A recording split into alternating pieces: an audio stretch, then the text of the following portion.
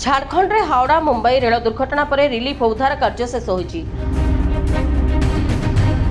Chakradharpur rail division अंतर्गत पोटाबेड़ा गाँ निकट में बरबंब और खारसवा रेल स्टेशन मध्य आज सकाळे हावड़ा मुंबई मेल 18टी बगी लाइनच्युत होबारु 2 जण यात्री मृत्यु घटिथिबा बेले 24 जण यात्री आहत होइछन्ति।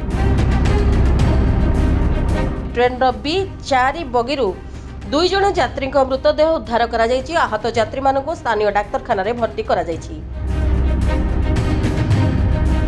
दुर्घटनाग्रस्त ट्रेन टी हावड़ा मुंबई छत्रपति शिवाजी टर्मिनस अभिमुखे जाउथिला। फसी रहितिबा यात्री को स्वतंत्र ट्रेन जोगे सेमानक गंतव्य स्थल को पठा जायतिला।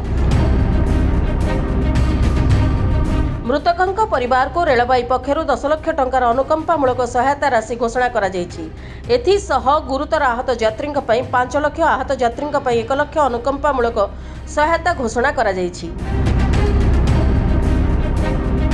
रेल दुर्घटना जोगु दक्षिण पूर्व रेलपथर टाटानगर चक्रधरपुर रेल सेक्शन ने रेल चलाचल बाधाप्राप्त होइछि। 11टी लंबा रूट ट्रेन बातिल होइथिबा बेले 17टी ट्रेन गतिपथ परिवर्तन करा जायछि। रेलबाईर उच्च अधिकारी माने पुनरुद्धार कार्य तदारख करुछन्ति। Bureau report PS news Bharat.